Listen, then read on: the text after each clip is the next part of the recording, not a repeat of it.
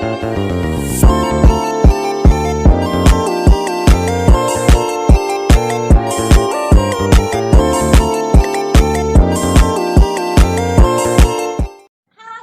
perkenalkan nama aku Sofi Sidikia Salsa. Aku kelas 4.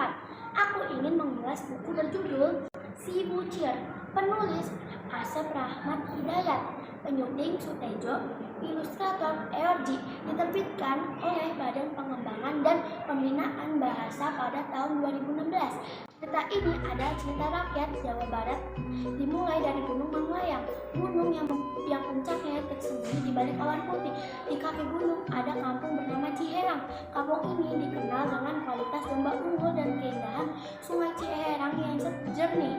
Selain itu ada juga peyem Ciherang terkenal karena rasa yang manis, yang alami, dan menjadi makanan khas yang membuat kampung ini semakin unik loh.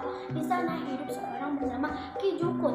Ia hidup dalam kemiskinan dan anaknya bernama Si Buncit. Ia dipanggil Si Buncit karena kepalanya yang kecil dan juga gundul.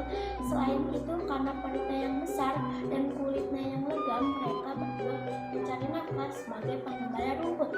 Si Buncit punya peliharaan namanya Anggai. Si Buncit tidak pernah mengeluh dengan keadaannya yang miskin, tapi ada satu musibah yang menimpanya. Dari Anggai yang memakan ayam sampai ayam yang dipatahkan injak kerbau, dengan hati yang tegar, Si Buncit pun mengadu ke hakim untuk meminta keadilan kasus ayam yang patah karena diinjak kerbau. Akhirnya sebagai ganti rugi, hakim memberi kerbau itu menjadi miliknya. Tetapi tidak lama kemudian kerbaunya mati karena tertimpa buah limus. Sebagai gantinya ia diberikan buah limus. Kasihan sekali Kang Buncit. Setelah kehilangan kerbaunya, ia pergi dari kampung Ciherang untuk mencari pengalaman baru. Berbekal nasi, ikan asin, dan buah limus, ia berangkat meninggalkan kampung halamannya. Ia berjanji akan kembali dan membahagiakan bapaknya. Dalam perjalanan, Si Buncit kelaparan. Makanan tersisa buah limus. Meski lapar, Si Buncit tetap tidak mau memakan buah itu. Setelah berbulan-bulan menjelajahi dusun dan kampung, akhirnya dia tiba di kerajaan Salaka. Di sana, Si Buncit bertemu dengan Putri Mayangsari. Si Buncit menitipkan buah limus kepada Putri. Sebentar, tapi ketika kembali, buah limusnya sudah habis dimakan oleh Putri Mayangsari. Si Buncit pun marah karena ia pun meminta Putri Mayangsari menjadi pengganti buah limus yang dimakannya. Dia menjadi seorang istrinya. Mendengar cerita dari Putri Mayangsari, raja memutuskan membawa Si Buncit harus ke istana. Setelah melihat fisik Si Buncit, raja tidak setuju sebelum fisiknya menjadi lebih baik. Karena itu raja memerintahkan Patih untuk mengangkatnya sebagai anak angkat. Ia diberi nama Gandarasa. Patih membawa Si Buncit ke rumahnya sebagai titipan dari raja. Istri Patih kaget karena melihat kedatangan anak berkulit hitam itu, namun Patih memberi penjelasan bahwa Si Buncit adalah titipan dari raja yang harus diurus dengan baik.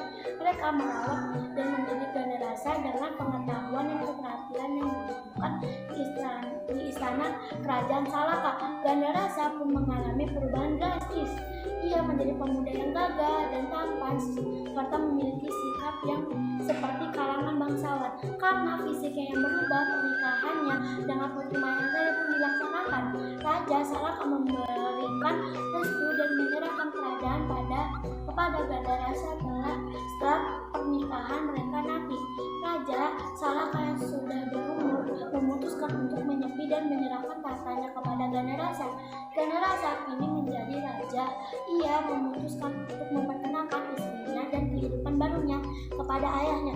Ki Lengser diminta menyebut ayahnya Ki Jukut. Walau sudah menjadi seorang raja, itu tidak membuat Gandarasa sombong karena tetap mempertahankan sifat jujur dan sederhananya. Keluarga mereka pun hidup bahagia di kerajaan Gandarasa, dan Putri Mayangsari diceritakan menjadi pemimpin yang adil dan bijaksana.